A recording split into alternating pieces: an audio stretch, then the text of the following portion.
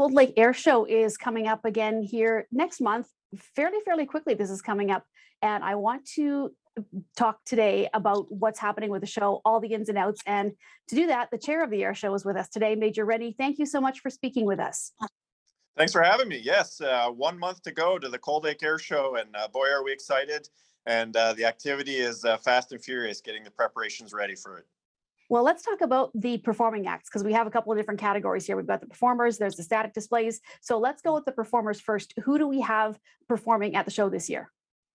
Yeah, for sure. So we are super excited to have back in 2022 the United States Air Force F-22 Raptor demonstration team. For those that saw them here in 2018, the F-22 Raptor is the most advanced fighter aircraft in the world. It puts on just an amazing demonstration, and they had so much fun in Cold Lake and in the Lakeland region in 2018. They actually asked to come back. So most people may not realize this, but there's only 2 shows in all of Canada that will feature the F-22, and it's us and London, Ontario. So we're super excited to have them back. And if you have never seen the F-22 fly, you got to come to the Cold Lake Air Show to see it. And the snowbirds here this year as well? For sure. So that's one of our American acts, the Raptor, but we of course have our traditional RCAF snowbirds, the iconic red and white paint scheme. They normally close our show on Saturday and Sunday. We get lots of questions on that actually. Is the show the same on Saturday and the same on Sunday? And my answer is yes, it's planned to be the same. The only thing that can impact the Saturday and Sunday shows is usually the weather. So if the weather's bad on one day, it may modify the show, but otherwise it's planned to be the same. And I'm guessing that the CF18 Demo jet will be there as well? For sure. We got the CF18 Demo coming back.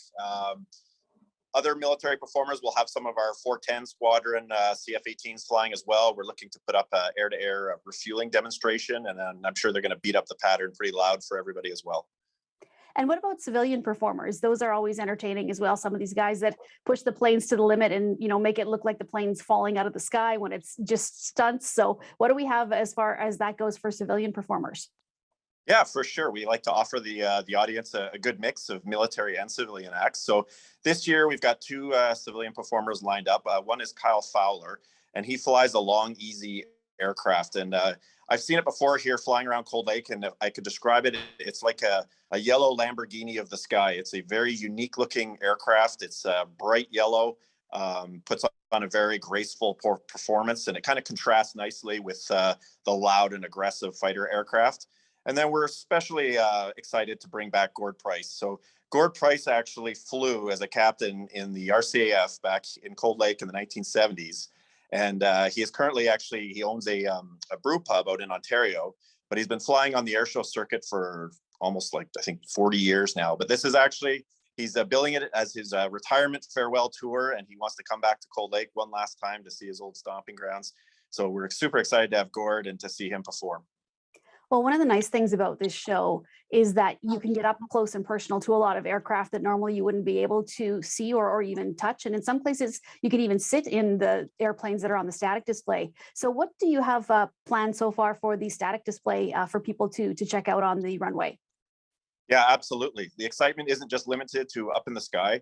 In fact, looking at our ground map just this morning, we have a really robust set of aircraft that people, like you said, will be able to get up close and personal, get on the planes. So the United States Air Force is helping us out. They're sending some of their big, heavy aircraft. So the C-5 Galaxy, it's a giant transport plane. They're sending that up. They're sending a KC-135 tanking aircraft that carries basically a flying gas station, if you will. They're setting up an AWACS aircraft. It's a very unique looking aircraft that has a radar dish on top of the plane. It's used for controlling the big battles and the airspace and stuff. So yeah, there's big planes to look at. There's we have general aviation static that are coming. I think our last count was over 25 private aircraft that people from around Alberta and Saskatchewan are going to fly in, and they're going to be able to show theirs as well. And new this year as well is we have Jurassic Attack. So we're pretty excited about this. It's a big monster truck that looks like a purple dinosaur. And you can basically pay a fee and you get a ride. You get strapped in the back of the monster truck, and he'll take you through on a little course and stuff. So that's exciting too.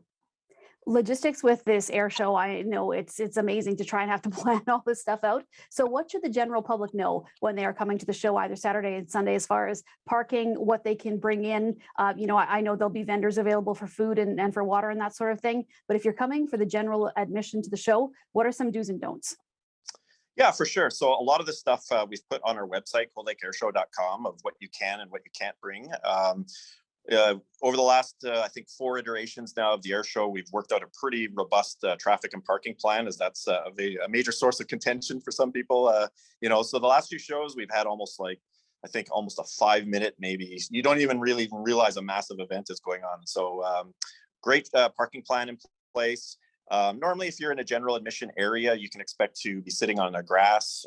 So you got to kind of dress for, how hot it is. But there is food vendors available for all of that. And we will have one of the hangars open that'll have a children's play area with bouncy castles and a classic car show. So if it's smoking hot, you can go in the hangar and get out of the sun. And if it's raining, then you can try to find some shelter from that as well.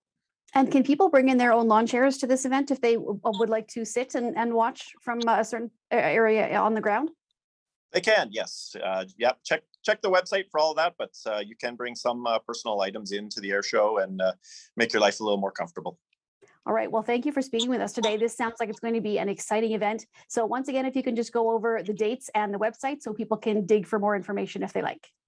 Yeah, all the information you can find on our website, coldlakeairshow.com. And it's over the Saturday and Sundays, the air performances, 16, 17 July. But I'd be remiss if I didn't pass on that the city of Cold Lake is putting on the Full Throttle Street Festival on the Friday, the 15th. So that's a free street party starting in the afternoon on the Friday. And then it runs into the evening with a concert. And Econoline Crush is the headliner, and it's free to the public. And you'll be able to interact with some of the performers and air crew that'll be walking around in their flight suits, and you can talk to them and get autographs. And we may have a special appearance by somebody who just has made an important movie called Top Gun, making his way here. So more to follow on that. Excellent. Well, that sounds exciting. And we will wait to hear more on that announcement too. And again, coldlakeairshow.com is the place to go. Thank you for taking the time to chat with me today. And we look forward to the event here in just over a month. Yes, thank you. See you in July.